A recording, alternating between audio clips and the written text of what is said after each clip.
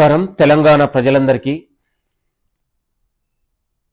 మొన్న రాష్ట్ర ముఖ్యమంత్రి గారు రేవంత్ రెడ్డి గారు ఇరిగేషన్ శాఖ మంత్రివర్యులు ఉత్తమ్ కుమార్ రెడ్డి గారు ప్రజాభవన్లో కాళేశ్వరం పునర్నిర్మాణం పైన పవర్ ప్రజెంటేషన్ చేస్తూ లోపాలను గత పాలకులు చేసినటువంటి లోపాలు కావచ్చు అవినీతి కావచ్చు తెలంగాణ 4 కోట్ల మంది ప్రజలకు పూర్తిగా వివరించే ప్రయత్నం చేయడం జరిగింది. దాన్ని అనుసరిస్తూ నిన్న మాజీ మంత్రివర్యులు హరీష్ రావు గారు తెలంగాణ భవన్లో పవర్ ప్రజెంటేషన్ చేశారు.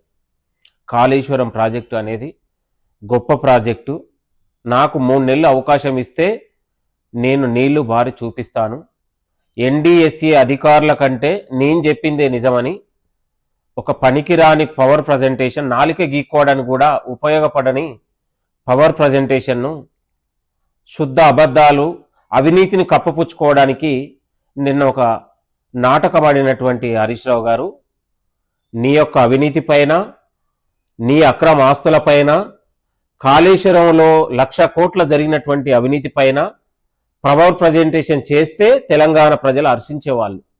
దాన్ని కప్పిపుచ్చుకోవడానికి నాకు 3 నెలల అవకాశం ఇవ్వండి, నేను నీళ్లు బారి చూపిస్తాను, ఇవాళ నిరుపయోగం కాదు అది ఉపయోగపడే ప్రాజెక్ట్ అని కళ్ళబొల్లి మాటలు చెప్పి తెలంగాణ ప్రజలు మరొకసారి మోసం చేసే ప్రయత్నం హరీష్ రావు గారు చేశారు. నేను అంటా ఉన్నాను హరీష్ రావు గారికి సూటి ప్రశ్న, ఇవాళ తెలంగాణ రాష్ట్ర ప్రభుత్వం ఇవాళ కాళేశ్వరం ప్రాజెక్టును ఉపయోగించుకోవడానికి అనేక రకాలుగా ప్రయత్నం చేసినటువంటి సందర్భంలో అది ముమ్మాటికి ఎక్కడ కూడా అది పనికిరాని ప్రాజెక్టుగా, అది ఎలాంటి ఉపయోగపడదు ఇప్పుడు అనేది మనం చెప్పింది కాదు, తెలంగాణలో రిటైర్డ్ ఇంజనీర్లు చెప్పారు. ఇవాళ దేశవ్యాప్తంగా అన్ని డ్యాములు ప్రాజెక్టులకు ఉన్నటువంటి శాంటిటీ ఉన్నటువంటి ఒక ఎన్డీఎస్ఏ నేషనల్ డ్యామ్ సేఫ్టీ అధికారులు ఎవరైతే ఉన్నారో దాన్ని నిర్ధారించి క్షుణ్ణంగా పరిశీలించి ఇది ఎలాంటి ఉపయోగపడడానికి వీలు లేదని తేల్చిన తర్వాతనే అక్కడ రాష్ట్ర ప్రభుత్వం ఆలోచన చేసింది తప్ప మేము ఆలోచన చేసింది కాదనే విషయాన్ని హరీష్ రావు గుర్తుపెట్టుకోవాలి. ఇక జాతీయ ఇంజనీర్ల కంటే నేనే గొప్పోని మొగోన్నని హరీష్ రావు గారు మాట్లాడితే అంతకంటే రాజకీయ అజ్ఞాని అనేటోడు ఇంకోటి ఉండడు. నక్కబోయిన తర్వాత బొక్క మిగిలినట్లాగా అది మొత్తం కుంగిపోయి మనిషి యొక్క నడువే ఇరిగిపోయి ఆడబడిన తర్వాత నేను స్టిక్కర్లు వేసి అతుకు పెడతా, ఫెవికల్ వేసి అతుకు పెడతా అని హరీష్ రావు మాట్లాడితే తెలంగాణ సమాజం మరి నవ్వుకోవాలనా లేకపోతే ఇంకేమన్నా ఏం చేయాలనేది అర్థం కావట్లేదు హరీష్ రావు గారి మాటలకు.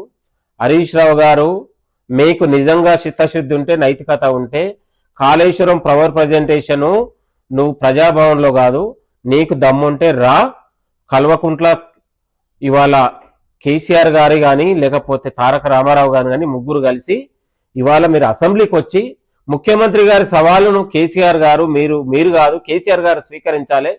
రాష్ట్ర ప్రభుత్వం అత్యంత గౌరవంగా ఆయనను తీసుకొచ్చి తెలంగాణ ప్రజలకు ఏం జరిగిందో చెప్పాల్సిన బాధ్యత మీ పైన ఉందని అది మేము చెప్తా ఉంటే దాన్ని కళ్ళబొల్లి అబద్ధాలను కప్పిపుచ్చుకోవడానికి మీ అవినీతిని కప్పిపుచ్చుకునే ప్రయత్నం చేస్తా ఉన్నాం.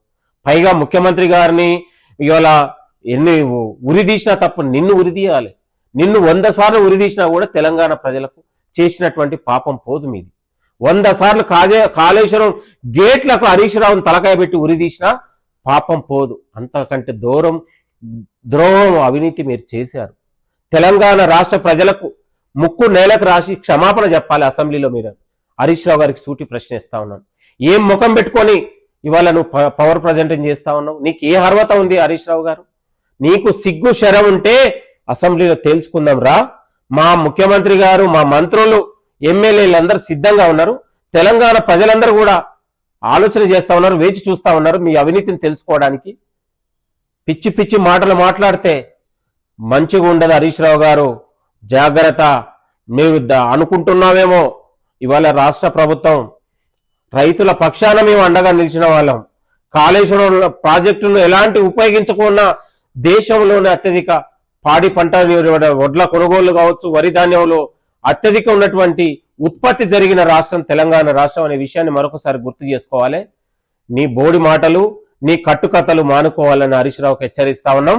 ఇప్పటికైనా నీ అవినీతిని కప్పిపుచ్చుకునే ప్రయత్నం మీరు ఎంత మీనవేషాలు వేసినా కూడా తెలంగాణ ప్రజలు గమనిస్తానే ఉన్నారు. అది కాబట్టి హరీష్ రావు గారు శుద్ధ అబద్ధాలతో తప్పు తడకలతోని ఇవాళ సురభి నాటకాన్ని మించిపోయి నటిస్తా ఉన్నారు హరీష్ రావు గారు.